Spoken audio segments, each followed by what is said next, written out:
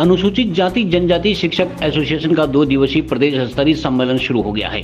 सम्मेलन में संगठन के बाईलॉज की समीक्षा करते हुए उसे नए सिरे से तैयार किया जा रहा है। संगठन के प्रदेश अध्यक्ष संजय टमटा ने कहा कि संगठन के पुराने संविधान की समीक्षा करते हुए उसमें नए नियमों को डाला जा रहा है। बैठक के दौरान कुमाऊं गढ़वाल मंडल से आए शिक्षकों ने समस्याओं को उठाते हुए कहा कि वर्तमान में सरकारी शिक्षा को कमजोर किया जा रहा है, जिस कारण भविष्य में गरीब व कमजोर तबके के बच्चों में शिक्षा से वंचित होने का खतरा बना हुआ है। शिक्षकों के रिक्त पदों को भरने तथा प्रधानाचार्य पदों पर पदोन्नति करने की भी मांग सरकार से की गई। सम्मेलन में शिक्षा की मजबूती पर भी चिंतन किया जा रहा है।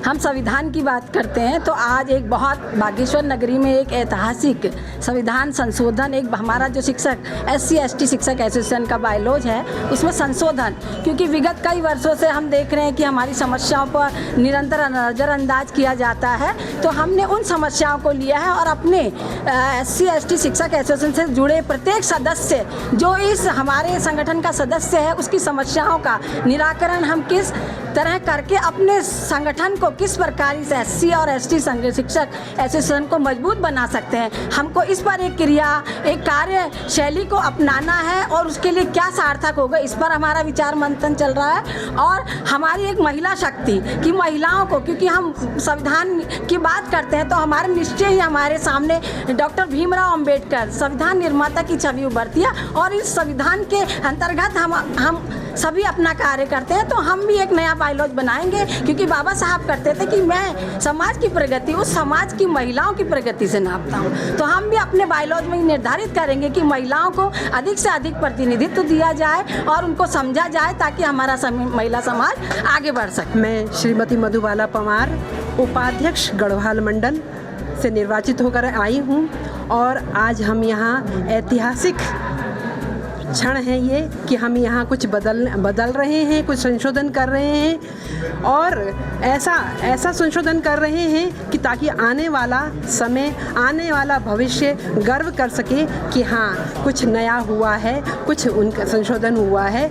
इसमें हम सभी जिले से और मंडल से और प्रांत के सभी पदाधिकारी, सभी जो है सदस्यगण यहाँ पर सम्मिलित होकर इसको एकजुटता के साथ, निष्पक्षता के साथ इसमें संशोधन के लिए यहाँ आए हैं और महिला सशक्तिकरण का भी मुद्दा रख रहे हैं कि हम सभी महिलाएं आगे आएँ और समाज में और बेहतरी कार्य कर सकें। धन्यवाद। अब अपनी स्पेशली जो पोशाक पहन के आ रही, क्या मन में था ऐसा कह के आने के पीछे? हाँ बिल्कुल, हम चाहते थे कि हम जिस जनजातीय क्षेत्र का प्रतिनिधित्व करते हैं हम वहाँ पर दिखा सकें कि हमारी पारंपरिक वेशभूषा है और हमें अपनी इस पारंपरिक वेशभूषा पर, अपनी संस्कृति पर गर्व होना भी चाहिए। तभी हम आगे बढ़ सकते हैं। जब हमें अपने पर गर्व होगा तभी हम अपने समाज को आगे ले जा सकेंगे। मैं शिक्षक एसोसिएशन में प्रांतीय महामंत्री के तौर पर हूँ। हमारा जो कंसर्न है वो शिक्षा है। हमारी चिंता है राजकीय विद्यालयों में घटती हुई छात्र संख्या। हम कार्यशालाएं करते हैं, बैठकें करते हैं NCF पर, हम बैठकें करते हैं शिक्षा के अधिकार अधिनियम के तहत, हम कार्यशालाएं करते हैं जो हमारी न्यू एजुकेशन पॉलिसी लागू हो रही है उस पर। ये पूरी कार्यशालाओं को हमने अपने बायलॉज में किस प्रकार से आगे बढ़ाते हैं, क्योंकि बच्चों के उज्जवल भविष्य का भार हम पर है। उसके साथ साथ ही अपने वंचित समाज के जो हमारे अधिकार हैं, अपने अधिकार हैं, उन अधिकारों के प्रति जागरूकता भी हमारा दायित्व बनता है। क्योंकि कई बार हम देखते हैं कि हम दुर्गम क्षेत्रों में सेवाएं देते हैं या कोई भी ऐसा उनके साथ गलत होता है, हमारी प्रार्थना पत्रों पर या आवेदनों पर बहुत ज़्यादा उस पर खोजबीन नहीं होती है, उसका उत्तर नहीं मिलता है। तो इसलिए हम लोगों ने अपने एक नया जो हम बायलॉज बना रहे हैं उसमें पूरा शिक्षा कंसर्न को लेकर के, शिक्षा को लेकर के, छात्र को लेकर के, राष्ट्रीय शिक्षा पर परिचर्चा को लेकर के और अपने अधिकारों के प्रति हम लोग अपनी जागरूकता करने के लिए आयोजन हमारा हो रहा है। सर, आज हमारी SC/ST शिक्षक एसोसिएशन की पूरे प्रांतीय स्तर की एक बैठक आयोजित की गई है प्रांत के द्वारा।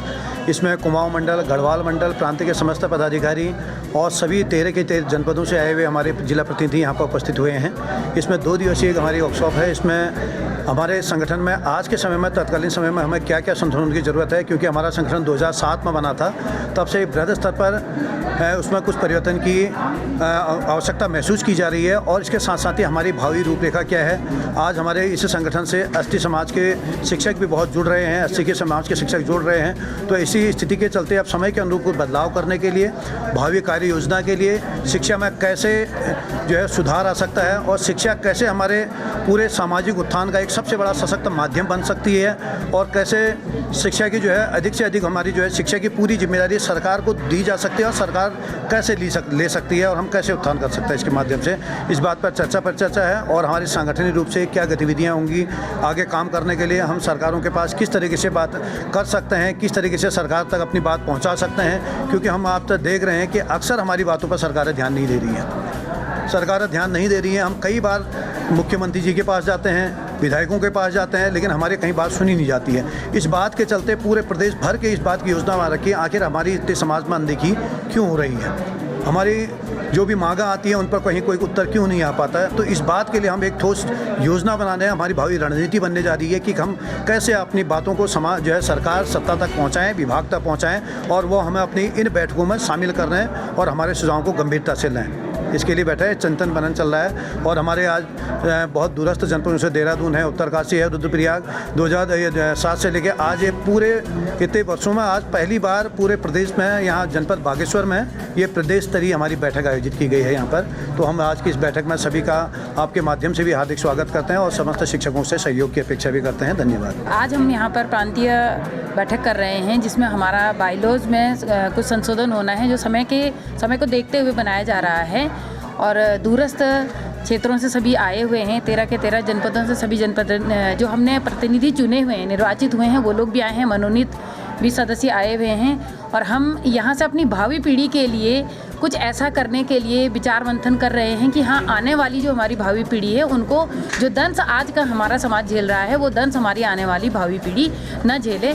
ऐसा हम कुछ यहाँ ठोस रणनीति बना रहे हैं और जिसके चलते हम लोगों ने बहुत सारे मुद्दों पर चर्चा की भी है और चर्चा अभी कर भी रहे हैं। 2 दिवसीय चूँकि ये हमारी बैठक है तो आज अभी पहले प्रथम दिवस का ही अभी आधा ही सेशन समाप्त हुआ है।